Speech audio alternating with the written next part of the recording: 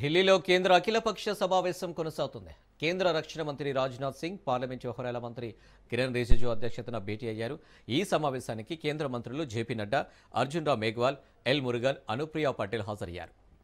అఖిలపక్ష ఎంపీలు జయరాం రమేష్, లావ్ శ్రీకృష్ణదేవరాయలు, మిథున్ రెడ్డి, సురేష్ రెడ్డి, బాలశౌరి కమల్ హాసన్, డేరాక్ బ్రెయిన్ తిరుచి శివ, టిఆర్ బాలు, కళ్యాణ్ బాలు పాల్గొన్నారు. పార్లమెంటు సమావేశాలు సజావుగా జరిగేందుకు పార్టీలు సహకరించాలని కేంద్రం కోరింది. డిసెంబర్ 1 నుంచి 19 వరకు పార్లమెంటు శీతాకాల సమావేశాలు జరగనున్నాయి. ఈ పార్లమెంటు సమావేశాల్లో కేంద్రం 10 కీలక బిల్లులను ప్రవేశపెట్టనుంది.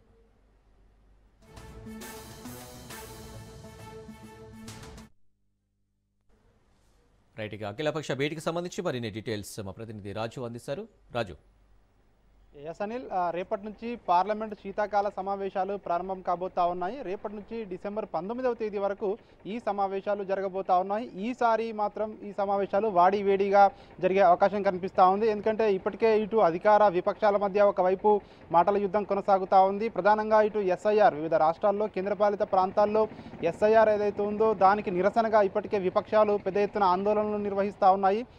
వీటన్నిటి నేపథ్యంలో కేంద్ర ప్రభుత్వం ఈరోజు అఖిలపక్ష సమావేశాన్ని నిర్వహిస్తూ ఉంది. ప్రస్తుతం 11 గంటలకు ఈ సమావేశం ప్రారంభమై ఇంకా కూడా కొనసాగుతూ ఉంది.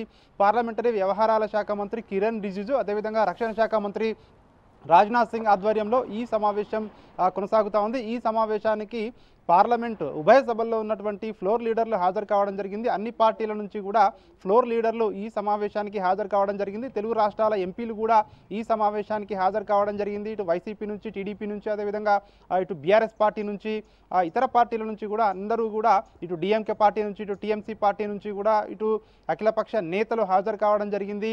ఆయా పార్టీల నుంచి ఆయా రాష్ట్రాలకు సంబంధించినటువంటి అంశాలను ఈ పార్లమెంటు సమావేశాల్లో చర్చించాలని చెప్పేసి కూడా తమ వాదనను ఈ అఖిలపక్ష సమావేశంలో వివరించే అవకాశం మనకు కనిపిస్తూ ఉంది. ప్రస్తుతం అయితే ఈ సమావేశం వాడివేడిగా కొనసాగుతున్నట్టుగా కూడా మనకు తెలుస్తూ ఉంది.